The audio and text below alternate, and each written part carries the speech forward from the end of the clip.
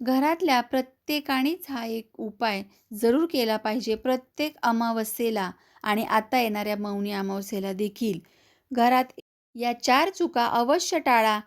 तुमचे पितरज नाराज होऊ शकतात यामुळे आणि आपले पूर्वज आपल्या घरी अमावस्येच्या दिवशी येतात आणि आपण जर त्यांना तिथूनच नाराज होऊन परत पाठवले, तर आपल्यावरती असंख्य संकटं वगैरे येतात.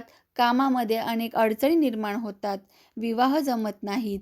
कामांमध्ये खूप अशा प्रकारचे बरेच तुम्हाला संकटं स्वतःला जाणवू लागतात. म्हणूनच खास करून आजच्या दिवशी काय आहेत अशा 4 गोष्टी मी तुमच्यासोबत शेअर केलेल्या आहेत.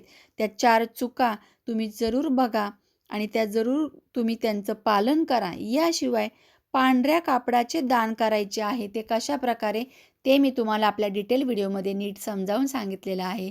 तर अवश्य भेट द्या आपल्या नवीन व्हिडिओला.